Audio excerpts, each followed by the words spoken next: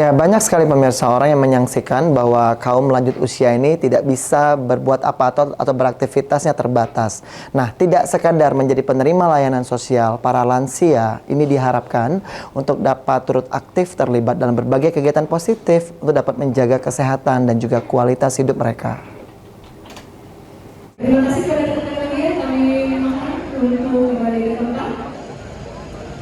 Dari total sekitar 9 juta penduduk di Sumatera Selatan, tercatat sekitar 10% atau lebih dari 800.000 jiwa masuk dalam kategori lanjut usia lansia yang berada di atas usia 60 tahun.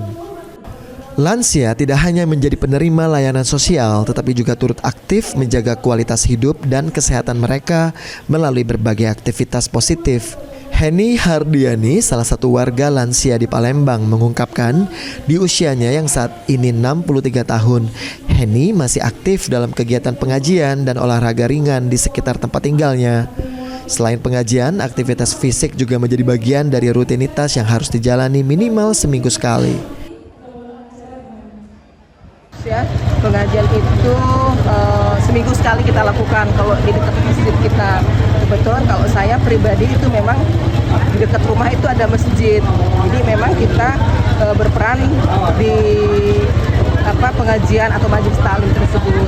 Kemudian nanti kalau ada kegiatan misalnya ada forum komunikasi majelis taklim itu biasanya ada sebulan sekali. Tapi kalau yang dekat rumah itu seminggu sekali. Dan ada juga badan koordinasi majelis taklim itu sebulan sekali juga kita lakukan. Sementara itu, Ketua Komite Lansia Peduli Indonesia KLPI Sumatera Selatan, Mary Rosita, mengatakan berbagai program telah dijalankan untuk mengoptimalkan peran lansia, di antaranya melalui LLI, Lembaga Lansia Indonesia. Ditambahkan Mary, lansia juga memiliki peran penting dalam masyarakat, serta dapat menjadi pribadi yang tangguh, cerdas, dan sehat. Oleh karena itu, penting bagi lansia untuk terus aktif melalui berbagai kegiatan positif seperti aktivitas sosial, keagamaan, maupun kebugaran.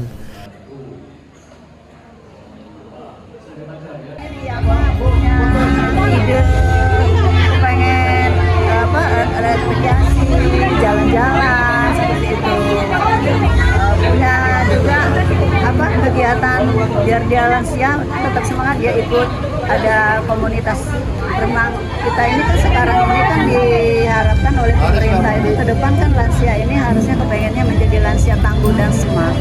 Artinya smart itu dia menjadi lansia yang ya terutama sehat, mandiri, aktif, produktif dalam segala daya gunakan.